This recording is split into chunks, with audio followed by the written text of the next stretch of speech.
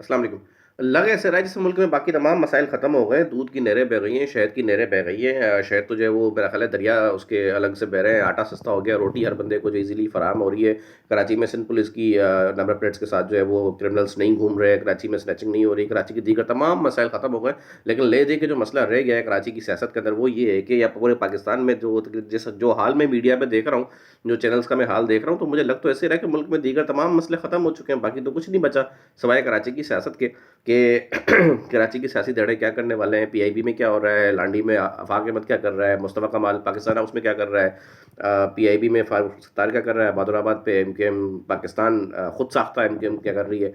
बात ये देखें, ये सारे के सारे पिट्ठू हैं एस्टेब्लिशमेंट के। एस्टेब्लिशमेंट इनको बनाया था, बाद में इनको तोड़ा था, तोड़ के उन्होंने पीटीआई को इनकी हिमायत दिलवाई थी।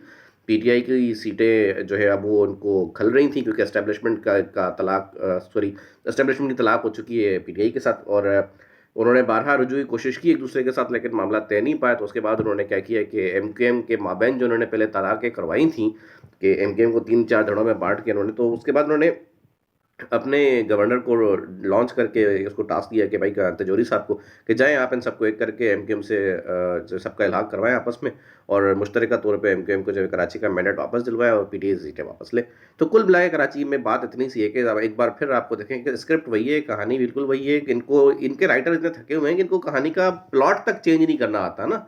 मतलब ये इतने थके हुए अब तक जो है उस पे सिलेबस पे चलते हैं, आप यहाँ से अंदाज़ा लगा लें। कराची में कुछ नहीं होगा, हस्बे रिवायत कराची की सारी सीटें जो है दोबारा ये एमकेएम को जोड़-तोड़ के कुछ आफाक को, कुछ फारूक को, कुछ पीआईबी वालों को, कुछ इसको क्या कहते हैं मेयर की सीट इसको दे देंगे, मुस्तफ़ा कमाल को कर-करा के मिला के कराची का बेड़ा गर्क करें, कुछ नहीं करेंगे। कराची का नुमाइंदा एक था पीपल्स पार्टी का मुर्तज़ा अब्बाब जो कराची के लिए वाक़ई काम कर रहा था, इसको उन्होंने काम करने नहीं दिया।